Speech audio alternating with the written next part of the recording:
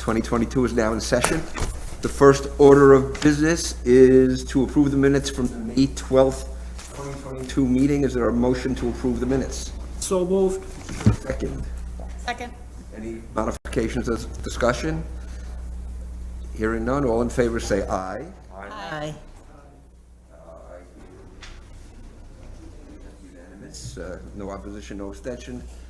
The minutes are officially adopted. The second order of business is to adopt the resolutions from the May 12th, 2022 meeting. I guess that's one resolution, B22-05. Is there a motion to approve, to adopt the resolution? So moved.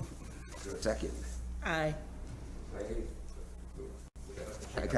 Karen seconded. Okay. Any modifications of discussion? If not, all in favor say aye. Aye. Aye. Opposed, abstentions, the resolutions are officially adopted. The board will now conduct the public hearings on today's agenda. The way we work it here is that the applicant or the applicant's representative will state the reasons for the requested variance and present any material or documentation which is to be considered regarding the proposal. Next, persons wishing to speak in favor of the proposal will be given the opportunity to address the board. Then persons who wish to speak in opposition will be allowed to address the board. Finally, the applicant or a representative will be given the option to make any closing arguments or comments to the board. Following the public hearings this afternoon, the board may make a decision on each application heard. The board may also decide to hold its decision until the next public hearing. If the hearing is closed, no additional information will be allowed into the record except for information that the board may request. That information will be available for public review at the zoning office in City Hall. Anybody who steps up to speak, please first state your name and address before addressing us. I thank you for that. Staff will now introduce the first application.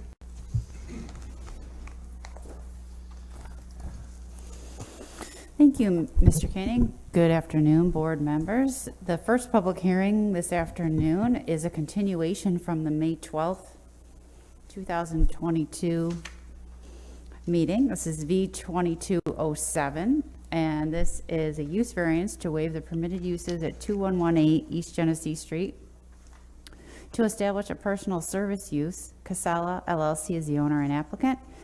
Lies within a residential class B1 transitional zoning district, and the board held this for to receive additional information regarding the 4 tests required by use variance, and I handed out to you that we received today information from the applicant. The applicant here. So when we last met, Mike, would you kind of state what we were looking for when they came back? Well, we were looking for a couple of things. We asked them to look at the hours of usage and also to complete the analysis of the cost of alternatives like using it just for residential, the building for just for residential. Right, and if you'd like to talk about what you gave us, that would be great. Yeah, so my name's Jonathan LaSala. I am owner of Casala LLC. I actually live at 425 Allen Street, which is about, 200 feet from this building, right across the street down Allen. We've been working on this since January of 2021, and we sent a couple of things in, but one of the things we were asked to do is talk about why this couldn't work as residential on the ground floor, and there's a couple of reasons. One, we haven't really had any takers that wanted to live on the ground floor, but 2, the cost to do that would be pretty prohibitive right now, especially with the cost of materials. It's built out as commercial space, so we'd have to, it's a full-on construction project. So I got 2 quotes from 2 different companies, Best Interior and Eris Design. Both deal with residential redevelopment. Their costs were between $150 and $300 per square foot. The square footage on the ground floor is about 3,500. So we're talking, anywhere between $260 to $900 something thousand. So it wouldn't really make sense for us to do that on the ground floor at this time.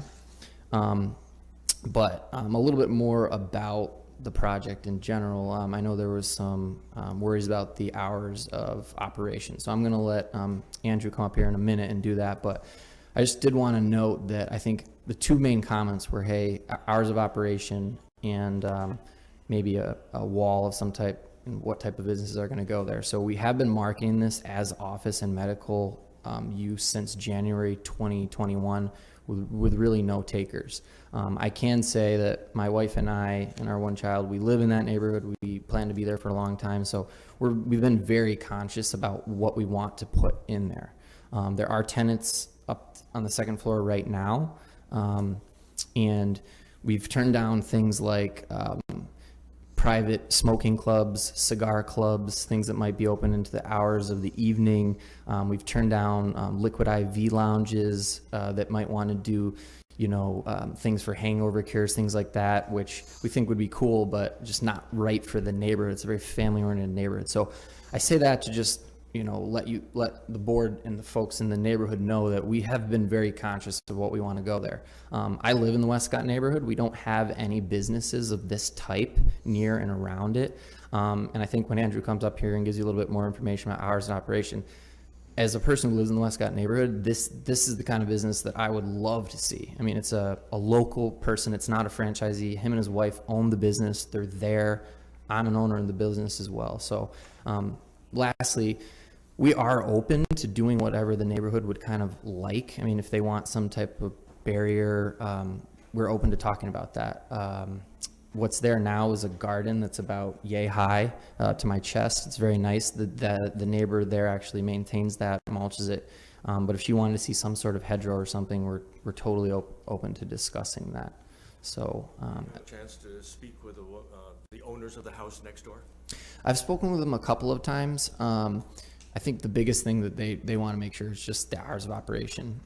Their house is right there. So I haven't spoken with her since a while back about it. And I'm sure after this, I'll talk with them and know a little bit more about what she wants. But with that, unless there's any other questions, I'll let Andrew. Can I make a Staff said there needed to be a fence between the house and the parking lot. Yeah, so we're open to putting up a fence.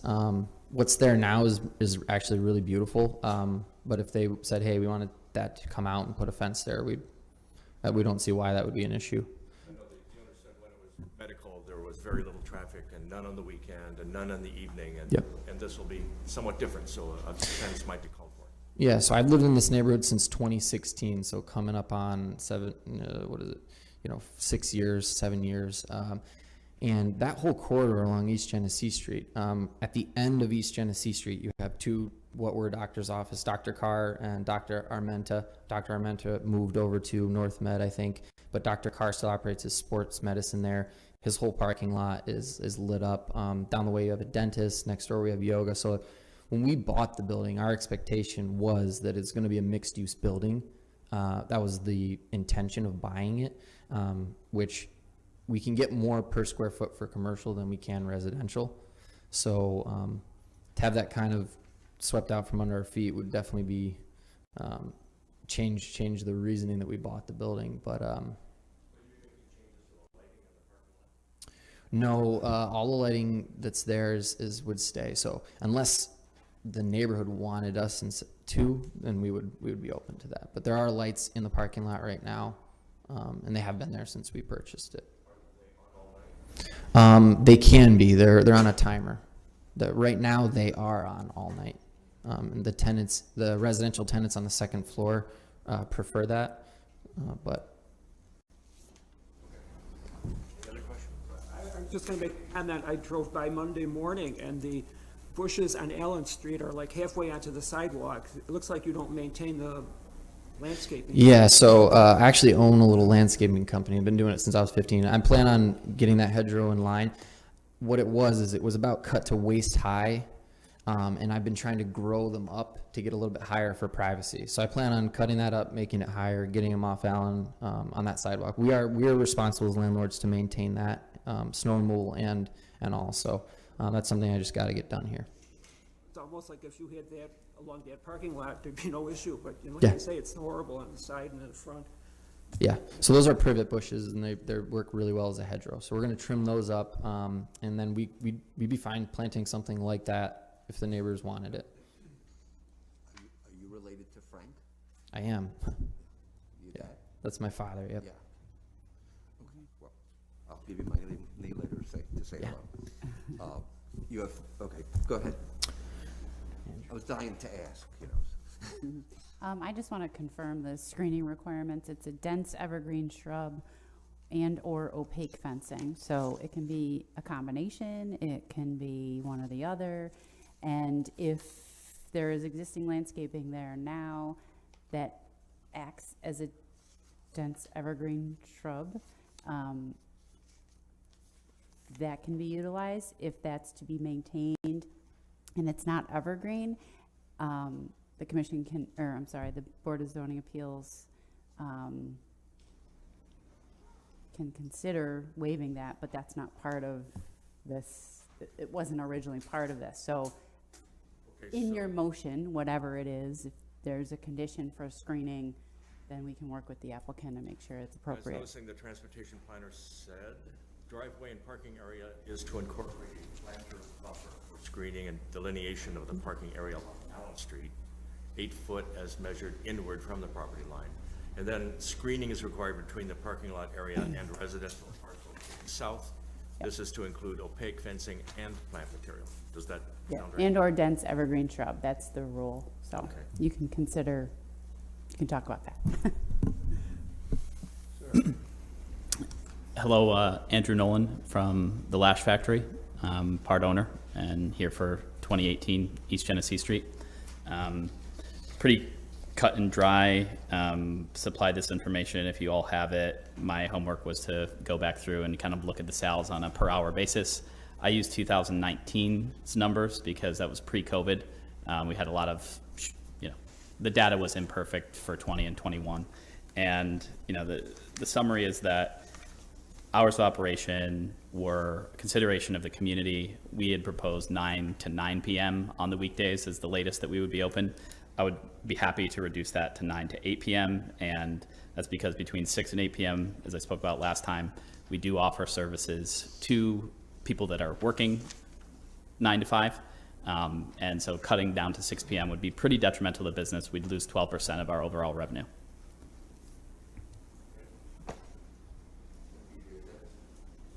Other questions from the board? Thank you. Do I ask for comments again, Heather, or do we Yes. close it? Okay, so, the hearing, and now we have this addendum. Is there anybody who would like to speak in favor of the application? Is there anybody who would like to speak against the application? Hearing none, we will move on to our next case. Thank you. Okay, the next public hearing is V2206. This is an area variance to waive required yards and density at 4520 South Salina Street. This is to establish a two-family dwelling. Patrona Jones is the owner and applicant, and this lies within a residential Class B zoning district. Is the applicant here?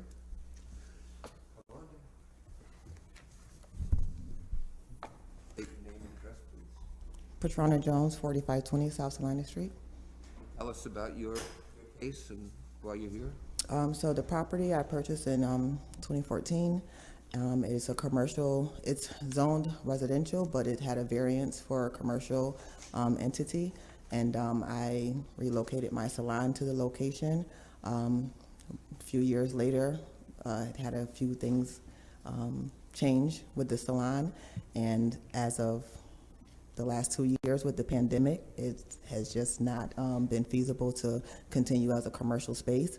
And I attempted a couple years ago to do it mixed use, but I did not get past zoning for that part. So I was told to either keep it full commercial or do full residential. And since the pandemic, I decided that I would go full residential. So that's what I'm trying to do, is just the permitting for the parking lot space that I need to get figured out.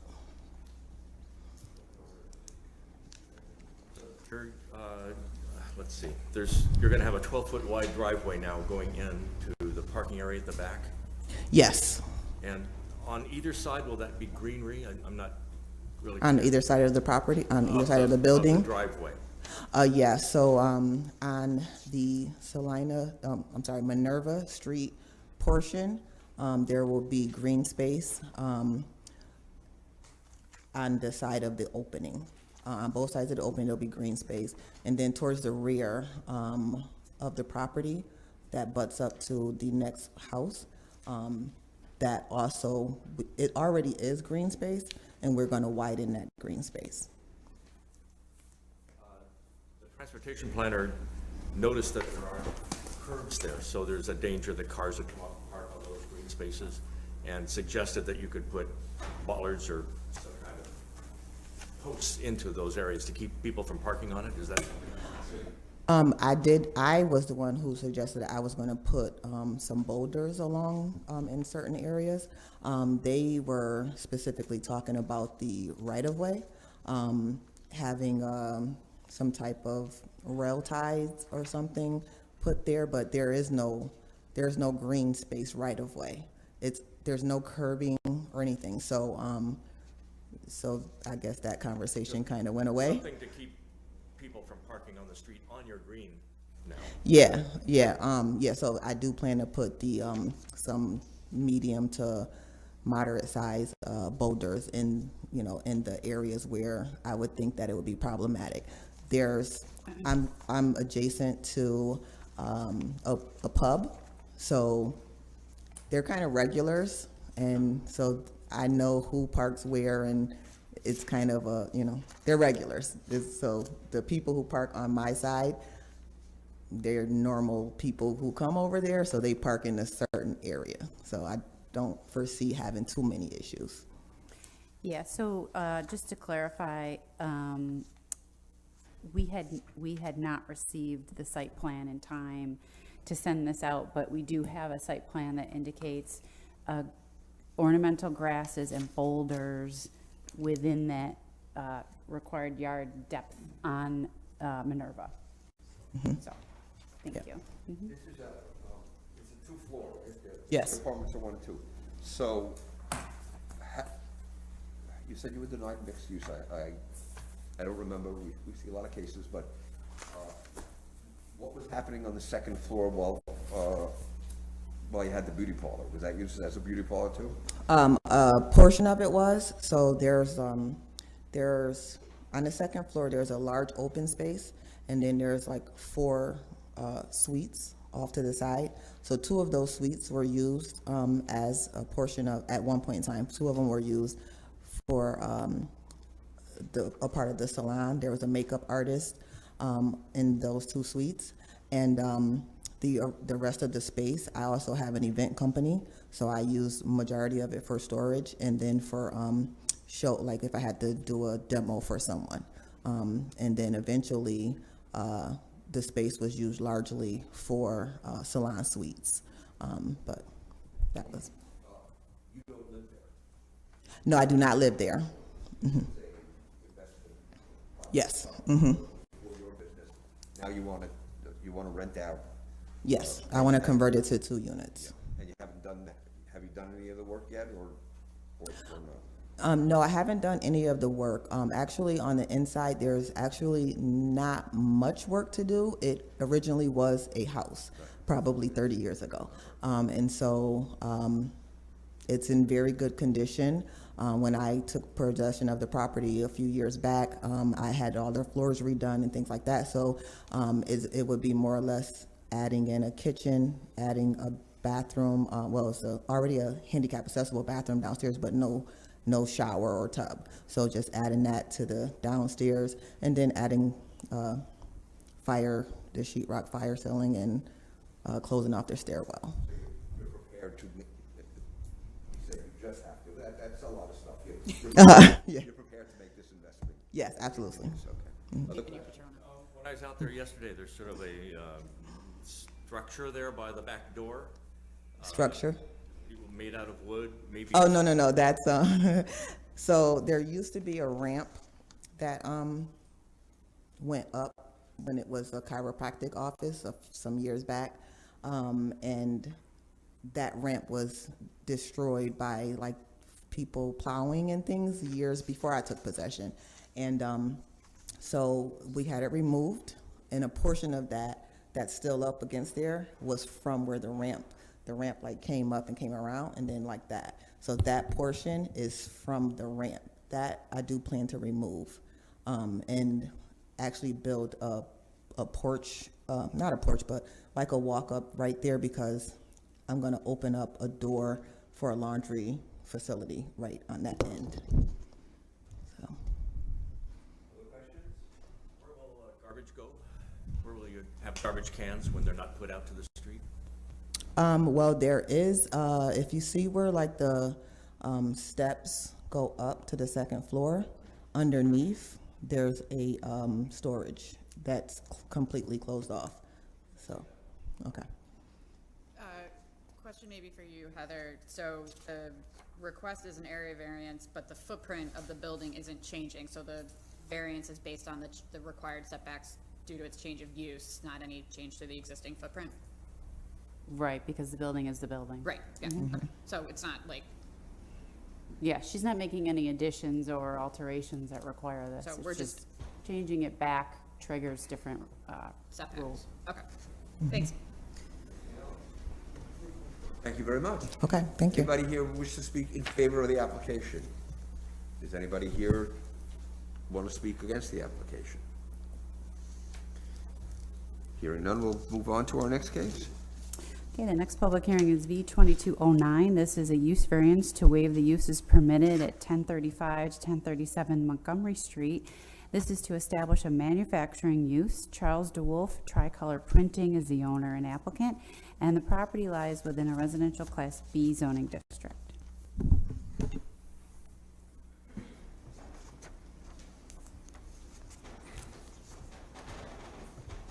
Hi, my name is Tammy Munford of Punch and Die Metal Fabrication, and I'm presenting today on the behalf of Tricolor and Charles DeWolf. So it's been a business for a stamping and printing business since 1960.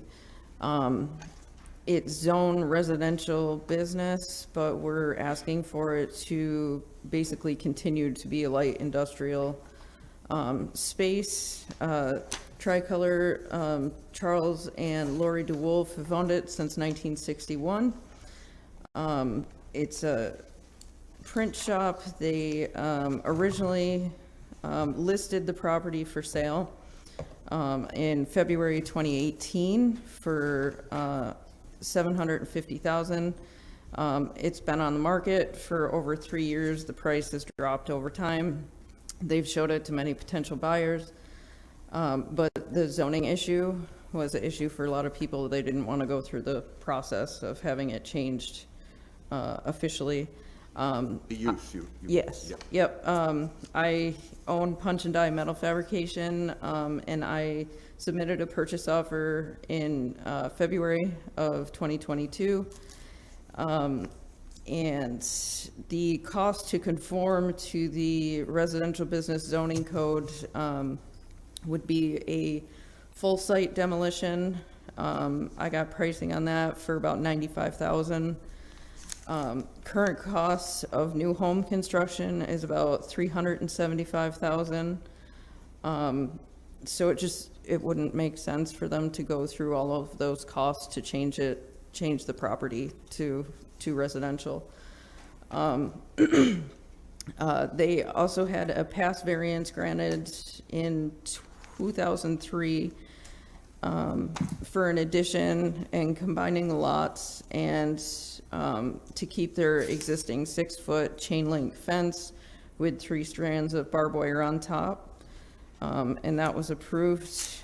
I know I got some questions back from the city departments, and basically the only thing that they had to say was the issue with the fence, barbed wire fence.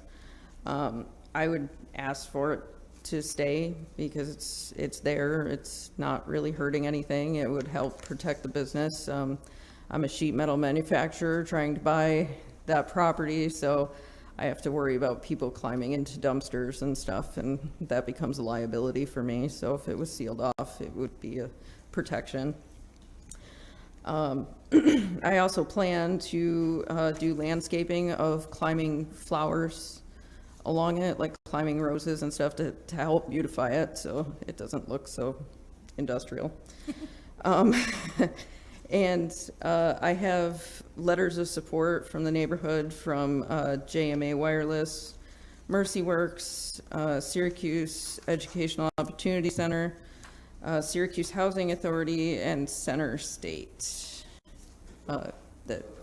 Yeah. Why are they writing endorsements for you? Are they of the neighborhood? They're excited to have a new business come into the area. I've received a grant for the area. I plan on expanding and adding 10 more jobs to the area. So it's just in support of bringing another business to the neighborhood. JMA down there? I thought. Yeah. Yeah, that big facility. I know they have a $50 million. dome down. Yeah, they have that right, little yeah. dome, yeah. Okay. Other, you have more to say? I don't. Questions from the board?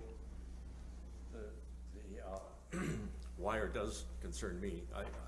There might be also liability concerns keeping the wire. Someone trying to go over the fence might also be a liability issue. It's a residential neighborhood for, maybe the variance for commercial business there, but it's residential. So it's a concern to me, just to say. There aren't any houses there. It's residential, but it's nothing there. As I looked down, it was several churches and a bar. Yeah, so there's nobody. Well, okay, God lives in the church, but. Vicinity. In that immediate adjacent area, there is a significant amount of crime related to the industrial properties over there. A number of businesses have had. Which is why I think that we gave a variance to have the over the previous. Yeah, so, I mean, this is an opportunity on one hand to say, well, To reconsider that. reconsider that, but there were reasons why we did that, and I think Nora touches on some of those, so, okay. Other question? Yeah. She's gonna beautify it too.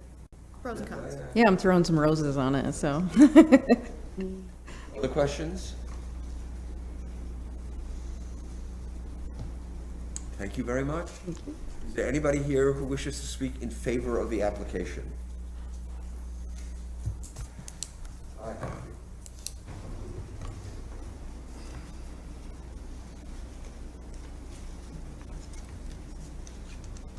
Good afternoon, everyone.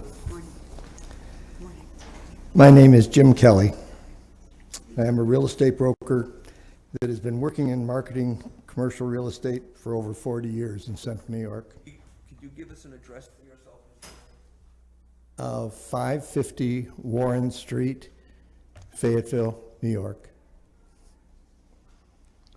I have received my CCIM designation, and I am on the board of the New York State Commercial Association of Realtors and past president of the upstate chapter of CCIM. I am a senior commercial broker with Hannah Commercial Real Estate.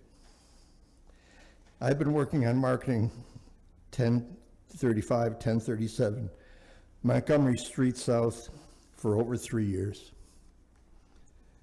The property has been marketed on LoopNet, CoStar, Crexy, and the Hannah Commercial website. We've shown the property several times over the last 3 years. There have been a number of groups interested in making offers, and when they understood that they would need to get a variance, they have moved on to other properties. Charles DeWolf and his wife Lori operated Tricolor Printing at this location for 61 years. The growing business has been granted several variances over that time to make additions to the building. The last variance was granted in 2003 for an addition of 6,000 square feet and to add appropriate fencing. As he aged, Mr. DeWolf decided it was time to sell his property and retire. On February 10th of this year, an offer was received and accepted for the sale of the property, conditioned on receiving the appropriate variance. The buyer is another small business that plans on buying and occupying the property with a similar use. The buyer proceeded to work with the seller on the use variant application. Unfortunately, Mr. DeWolf passed away on March 25th of this year. He was 85 years old. Thank you for your patience during this presentation and consideration of this application. I'd be happy to answer any questions that you may have for me. From a process point of view, Heather, this is not a speaking in favor. This is really part of the team, right? So Yes. we don't have to do anything, I'm just saying, I'm just stating that. Yes. Okay. You understand what I just said? Yes, sir. You're really part of the team, so that's fine. Any questions for Mr. Kelly? Thank you very much. Thank you all. Is there anybody who wishes to speak in favor of the application? I'm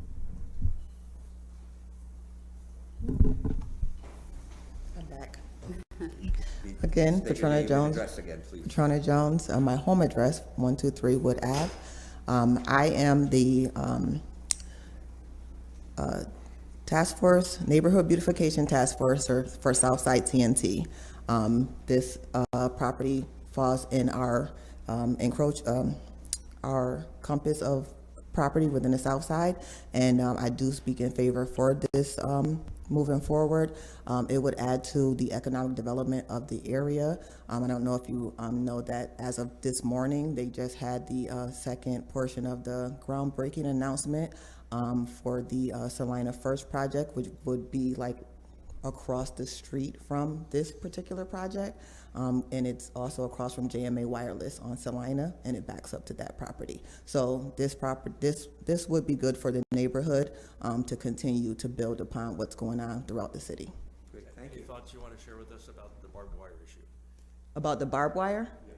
Oh, I didn't hear barbed wire. I only heard roses. So I am the neighborhood beautification. I did hear roses and growing up in some Did these roses have viney thorns? plants. But I think, what Mike is getting at is, as a person involved in that neighborhood,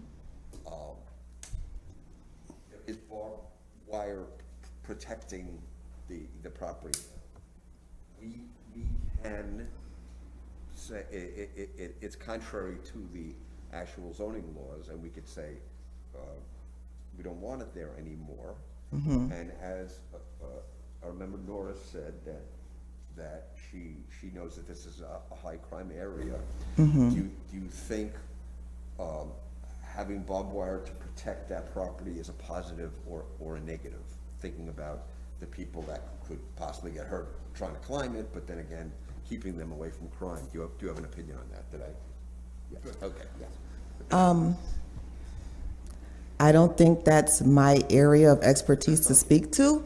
I would probably say for that particular property to maybe go to the SPD to find out if there has been any issues with that property with break-ins or any vandalism or anything like that, to see if that barbed wire has contributed to stopping crime there or not. So I don't want to say take it away and then there are some issues, or I don't know. That's good thinking, and I may ask the applicant to come up and address that after we finish this. Thank you. All right, thank you. Anybody else wish to speak?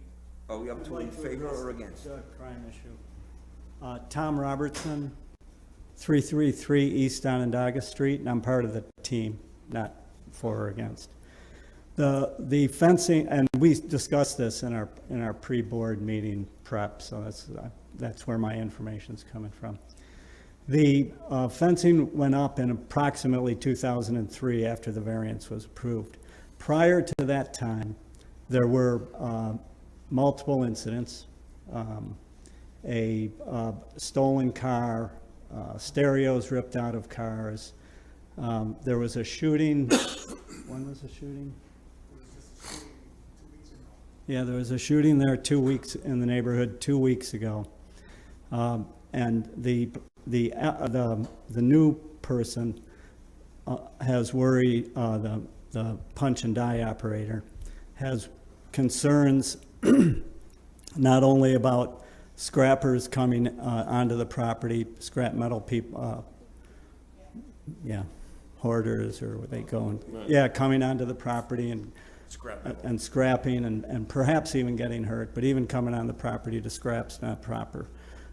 And there may be possible occasions where there will be merchandise and materials stored briefly in outdoors before it's brought in for production. And for these reasons, and the promised beautification of the fence, we request that the fence remain. Thank you. Questions? Okay, I'm going to try again. Anybody wish to speak in favor of the application that's not on the team? Anybody wish to speak against the application? Okay, thank you. Hearing none, do we have another case? Oh, yes, we do. I know we have Adele Street. Is that the next case? Next public hearing is V2112M1. This is a use variance to waive the permitted uses. This is a modification of a previously approved use variance to create one retail space where what was previously approved was retail and restaurant uses. Sewer Alligator LLC is the owner and applicant, and this property lies within a residential class AA zoning district. Hi, my name is William Pitcher Architect, representing the owner and the tenant. As mentioned last year, we had the approval for the use variance modification for the wine tasting space and for the wine store. Since that time, this prospective tenant has decided that using the entire retail space as a wine store is more appropriate to his current business plans. So we've presented to you a revised drawing showing a single tenant space with a single wine store. We are basically requesting continuations of all the previously granted variances. The basic issues of reasonable rate of return, unique circumstances, neighborhood characteristics, and self-created hardships still remain unchanged from the last variance. If you look at drawing Z2, what was previously the wine tasting room is now the wine store customer area, and what was previously the wine store is now the office for the wine store, and the storeroom and the restroom remain unchanged. Regarding the previous wine tasting, I think that going to the wine store entirely will lessen parking issues. With the wine tasting, you would have had a group of people for several hours in the space. With a retail store, you're going to have intermittent customers coming in, spending much less time. So we request the modification of the existing use variance for a single tenant wine store. And this is the same owners, the owners of St. Urban as Yeah, St. Urban's going to be running the wine store. I don't know if there's a difference, but is there a difference between a liquor store and a wine store? There's only one. As far as, well, there are alcohol laws, there's all sorts of categories that you go through, but it's basically a single. Only wine. Yeah, it'll be a retail merchandise space versus what was going to kind of be under the building code a restaurant for the wine tasting. Right, yeah, I recall when you came in. I was thinking a catering facility, but you're reminding me that it was a wine tasting. Were they going to serve food there too? Well, the food was going to be prepared at the restaurant itself and then brought over. It would be light, you know. So getting rid of the social space here, you think it's even, it affects the neighborhood even more? Correct. It reduces, I think, the parking things, and it also provides a new service to the neighborhood that doesn't exist. He's proposing to do unique and vintage wines, which isn't, and he hasn't mentioned selling any hard liquor. Can you remind us of the hours of operation? I don't have that in front of me. I think it was 9 to 9 or something like that, Monday through Friday, and maybe noon to 9 on Sunday. This is for the new use. For the new use, yeah, for the wine store. And was it the same for the previous? The wine tasting was going to be intermittent. It was by event. And I think he did have, his littler wine store, he did have, I think, the same hours. That would be my best guess. So the hours of operation for this will actually be more because they'll be open every day, whereas it was just by appointment before. There might be some days in the past that they would not be open. Well, previously, we had two functions. We had a wine tasting, which was intermittent, and we had a wine store, which had regular store hours. So it's the same hours. Bill, can you say that again, what the hours are? I'm just guessing. I think it was 9 to 9. Yeah, it's 9 to 9 Monday through Saturday. Okay. So I just want to be clear, if something changes, we need to put that in the No, resolution. they Okay, so we'll haven't, they take haven't what was in- requested a change on that. Thanks. Questions? Thank you, Mr. Pitcher. Okay. Anybody here wish to speak in favor of the application? Mr. LaSalle. Jonathan LaSala, I live in the neighborhood, 425 Allen Street, so I didn't know that was happening, but I'm definitely in favor of that. It's a great addition to the neighborhood, and we frequent that place often, so. Anybody else wish to speak in favor of the application? Anybody want to speak against the application? Hearing none. What's left? You have another hearing, last hearing. Today is I-2202. This is an interpretation for specific industries permitted within a local business class A zoning district. And the petitioner is 120 Wilkinson Development LLC.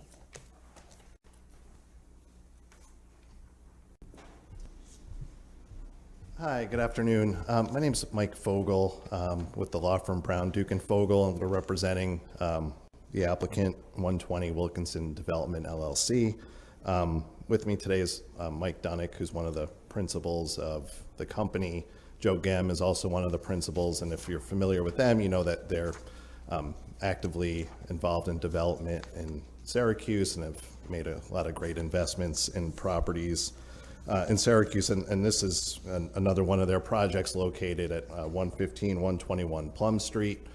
They've made a lot of efforts in investing in that property, and in connection with that, they've identified what we think is a great new tenant for the space that we think is really kind of consistent with the area, and they've made a lot of efforts to get this, to attract this tenant there. And the tenant's Salt City Coffee. Now, the reason we're here asking for an interpretation is because Salt City Coffee is going to be engaging in coffee roasting in connection with catering services and in support of their other retail locations. If you're familiar with Salt City Coffee, they have catering services as well as there's 3 other retail locations located in Syracuse, one at Salt City Market, 509 West Onondaga, and 720 University Avenue up by SU. So there was a question raised by zoning office relating to whether or not this particular use was a permitted use. And so the suggestion was that we submit a request for interpretation to this board, which we did by letter from my office on May 16th. And then we submitted some additional information last week at the request of the zoning office, which included, you know, the floor plan and I think that was really it. But just to give you a little info just on the nature of the proposed use, it's gonna be coffee roasting in connection with catering services, which we think is important because as laid out in our letter, catering services is a permitted use in the zoning district that the property is located, which is local business district class A. But with respect to Salt City Coffee, the proposed operation, there's going to be just 2 employees there, coffee roasting machines, some storage, an office, and a bathroom. There's not going to be any retail sales or retail pickup at this location. It's solely going to be to support their catering service and other retail locations. So we laid it out in our letter, but we think this really falls squarely within the definition of catering services in the zoning code under local business district class A. The zoning ordinance defines catering service as preparation and delivery of food and beverages exclusively for off-site service without provisions for on-site pickup or consumption by customers. And as I explained, these roasted coffee bean products that are going to be roasted on site are going to be in support of the catering services, and there's not going to be any provisions for on-site pickup or any sort of retail sales. So we think it falls right within the definition of catering services. In addition to that, there's another use that talks about other types of uses like bakeries, candy and confectionery establishments, things like that, that we also think is this is really consistent with. It seems to provide for kind of a broad definition of what we would call like it's like a manufacturing. That's not really what, there is sort of manufacturing. So we think it falls within that, and it's certainly consistent with those types of uses, we think, that are allowed there. And then we think just generally, in addition to that this use is certainly consistent with the intent and purpose of that local business district class A, which is to provide for a variety of kind of retail service and other types of uses, which we think this is consistent with. And we think it's really a great use for the property. The only other thing I would add is that the board in my review of the zoning ordinance, this board's kind of power with respect to making interpretations is that as long as it's consistent with the intent and purpose of the zoning district, this board has the authority to determine that a use is permitted. So with all of that said, unless you have any other questions, we're requesting today that the Board of Zoning Appeals grant our interpretation request and determine that the use is a permitted use in the district. Thank you. Any questions? It's tempting to, consider this like a use variance, but it's not. It's just an interpretation. So help us understand what it's like roasting coffee. Would anybody outside the building be aware that it's coffee being roasted inside by aromas or smoke or anything like that? No smoke. I don't think there'd really be an aroma. There's just the roasting machine inside. There's the 2 employees running it. They're generally going to be there from 8 to 5. I think generally it's a good use and it's an improvement really on what was there. So How does it get from one to the next location? Deliveries? Yeah, deliveries. We think there's going to be about 2 to 3 a week, we think. Oh. Yeah. So a truck's going to pull up and they're going to load it? And Coffee comes in? Yeah, that's basically what we were told by the Salt City Coffee folks. So we thought that might come up today. So now, will there be any changes to the outside of the building at all? Or is the building still going to look the way it does today? Do you want to address that, Mike? Yeah. I think Mike probably addressed that better than me. Go ahead. Hi, my name is Michael Dunick. I live in Syracuse at 2200 South Geddes Street.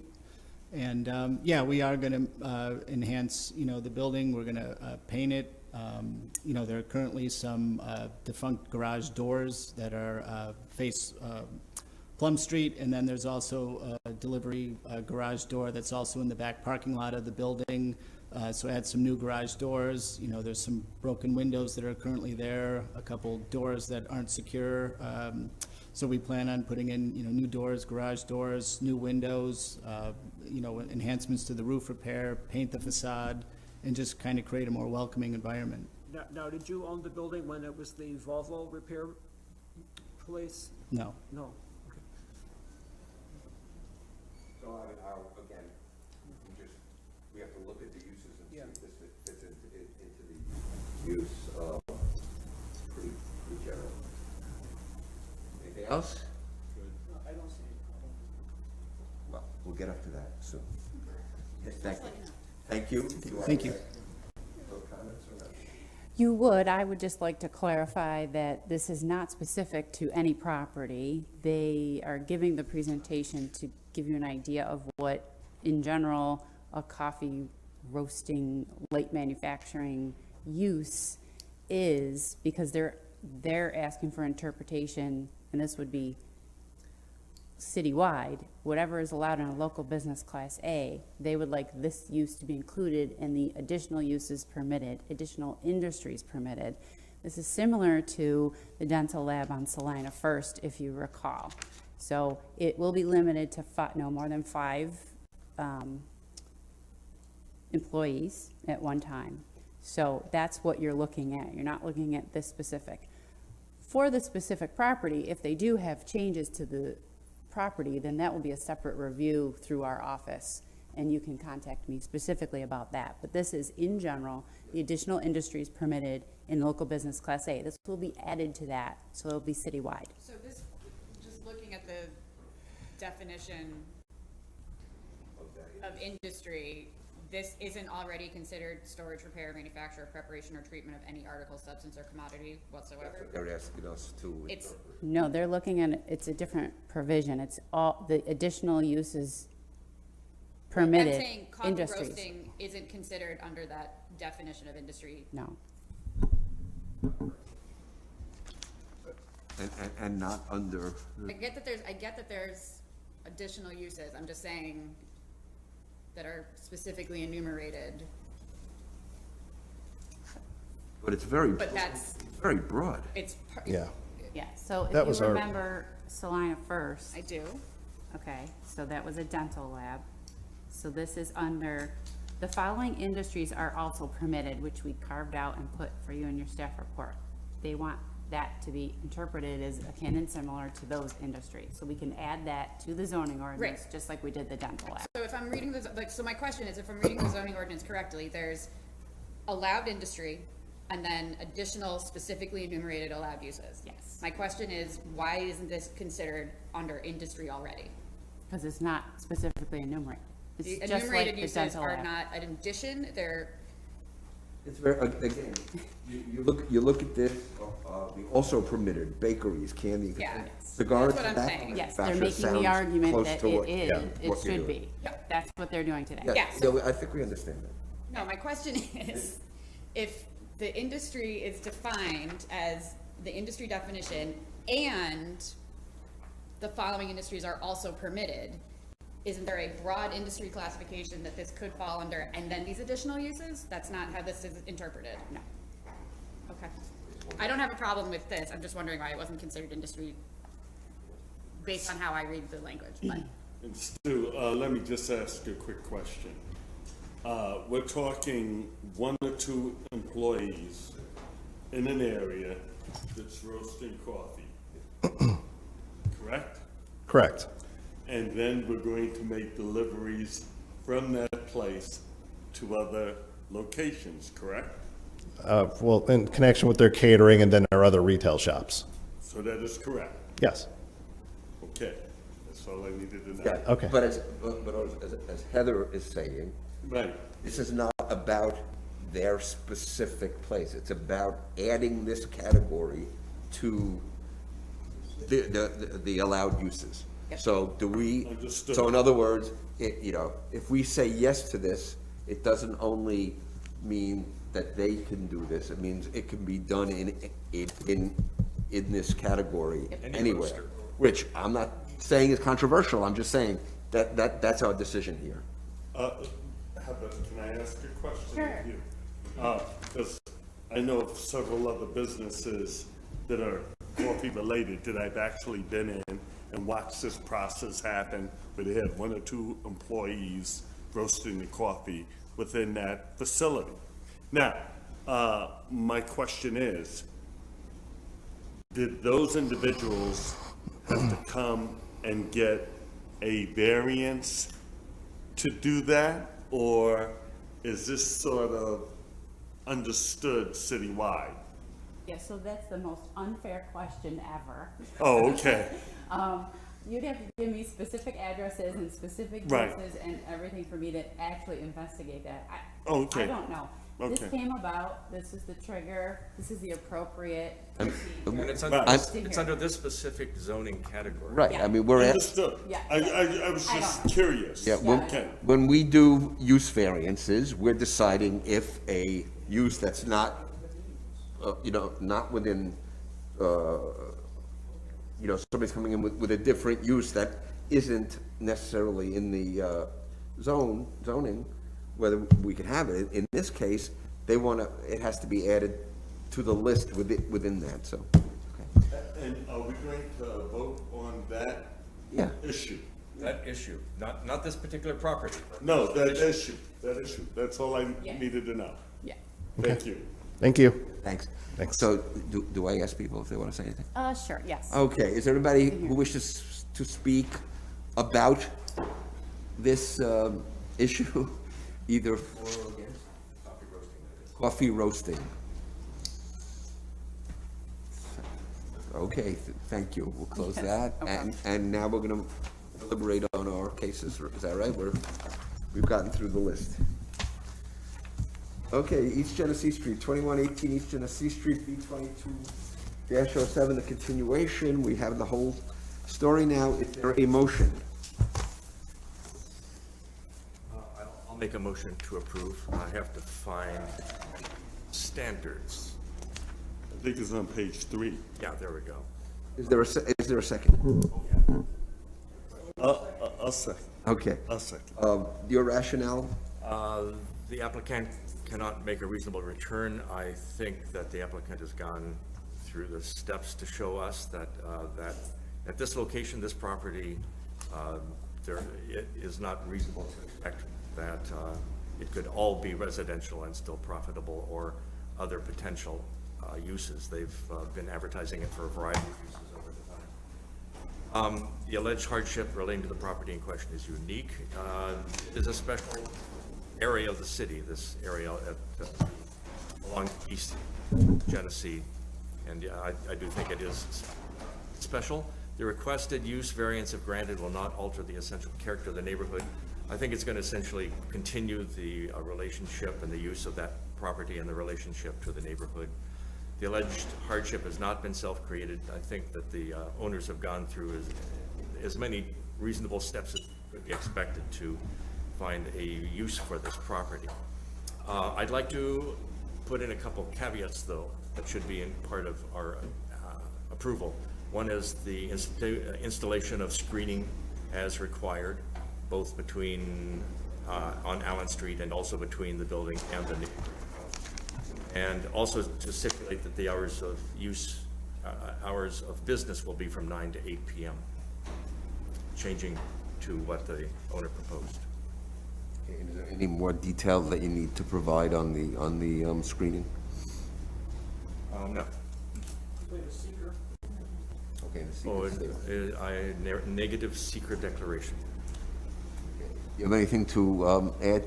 I would like to say ditto, ditto, ditto, ditto, but I would like to also add a piece, because I lived across the street from this property for a number of years, and I know that they've had a number of issues with car break-ins and things of that nature. I think some of that could be remedied. I walked on the property myself after the last meeting, and to me, the bushes and the overgrowth, and I think, and forgive me for being a little late, I think I heard Mike raise a question, or you answer Mike's question about cutting the bushes down. I think if the property is better groomed, I think it'll create a safety, a better safety issue, and if more lighting could be added. I don't think there's enough lighting there. Now, that's just me, but I think the building is beautiful. I know my sister-in-law lived in that building at one point in time, and she had an issue with the car break-in. But I'm in step with you, Mike, as far as trying to create that safety piece there. So if it could be better maintained from a grooming standpoint, Because I know when I walked back there, I just felt, you know, and I'm a man, I'm 6'3" and I'm 225. You know, if it's late at night and you don't have it well illuminated and those bushes being that high, I could be robbed or what have you. And I believe college students and graduate students live there. I know at one time that was primarily the group that was renting that building that I know of. Excuse me? They're also customers to this business. No doubt. So that's the only caveat that I would add to that also. But other than that, I think... I recall we asked the question, did they consider improving the lighting, and they said no. So what do we want to do with that? I think there's sufficient lighting now. My question is really about how long it's going to be on, but maybe the neighbors would like it on all night. And maybe the people who live in the upstairs apartments and have cars out there would like it on all night. I think that's something they could work out with the tenants. Okay. And then also with the improved fencing, any lighting should not be going into the neighbor's home. Right. But I did notice years ago, if you look at Google Maps, the older pictures of the property, it was beautifully maintained, and it's not so beautifully maintained right now. Yeah. And that would be the only thing that I would and it's request. Certainly to the owner's advantage to put it back in good shape. You know. Okay. Okay, let's vote. So all those in favor of approving the variance with the additions that Mike said, say aye. Aye. Aye. Okay, that's unanimous. No abstentions and no no's. Next, B22-06, 4520 South Salina Street, established a two-family dwelling from the former beauty parlor, probably from the former two-family dwelling. Is there a motion? I'll make a motion to approve. I'll second. Okay. Will there be a change to the neighborhood? Well, it'll be a positive change because they'll be enhancing the parking area, adding more greenery, and making it a place for home for people. Are there alternate solutions that are available where variance is not needed? Well, since we're talking about changing this land, the building is there, and it's not that they're making any additions or anything, so I believe that the answer is no. Is the magnitude great? No. Will there be an adverse effect on the surrounding neighborhood if this is approved? No, I think it'll be a positive event. And is it self-created difficulty? No, because even when it was commercial business, with COVID and the economy, the business kind of went out of business, and now the owner wants to make it a home for people, so this is a good thing. Now, we're essentially approving the dimensions of a house that was built before the current zoning requirements went in. And as far as the density issue, it is 280 feet out of 6,000. It is a small. Anybody else? Any comments? Call the question. All in favor of approving the variance, say aye. Aye. No abstentions or no's, so that's unanimous. 1035, 1037 Montgomery Street, from tricolor printing to a metal shop. Is there a variant? Is there a motion?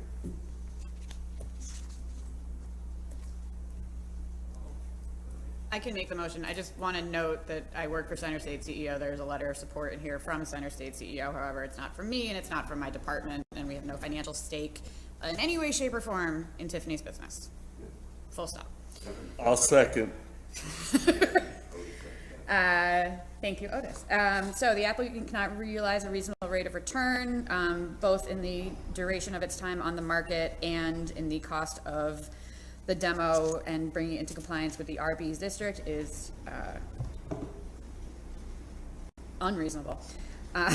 So there's that. The alleged hardship is unique to the neighborhood. Obviously, this building and the operations there predate this zoning, so unique to the site, and the neighborhood, as discussed, is an evolving industrial section of the city in a much highly invested part of the city, so it will be adding to that evolution.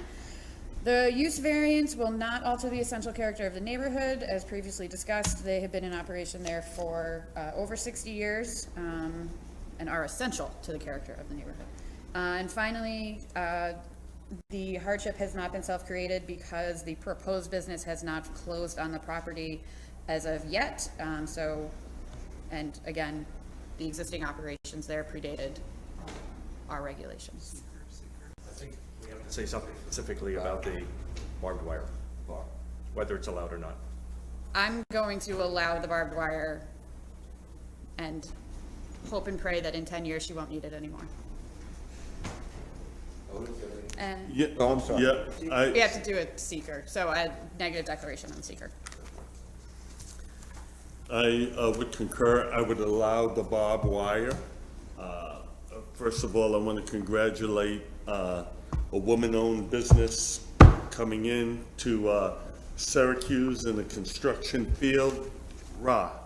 That's a great thing. And second of all, to be willing to move down into an area which sometimes can be a little sketchy as far as safety with the business.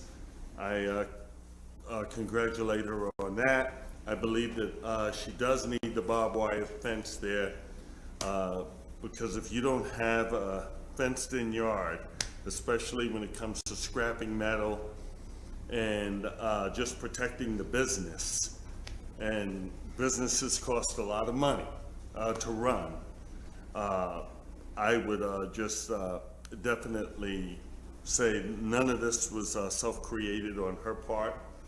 And I think we'll start to change the dynamic of neighborhoods if we could get solid businesses moving in, doing positive things, and hopefully creating jobs within that community that we could hire people right from that community to work in walking distance from home. That would be awesome.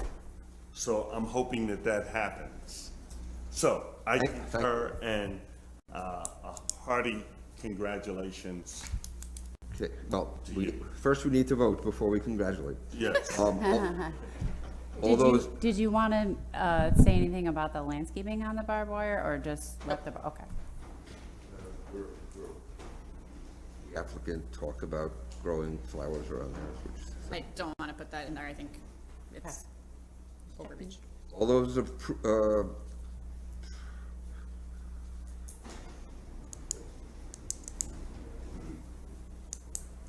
motion to approve, all those in favor say aye. Aye. Aye. No, abstentions, no, yes, it's unanimous. We're having a heck of a day here. B21-12M1 on Dell Street, the change in the use. B12M1, is there a motion? Make a motion to approve. Is there a second? Okay. Nora seconds. Sure. Now, Stu, can you remind us of what we're voting on here again? This is Dell Street. We gave them a variance to have a wine tasting room and a liquor store, and a wine store. They've changed their plan, and they're making it, the whole thing, a wine store and eliminate Got it.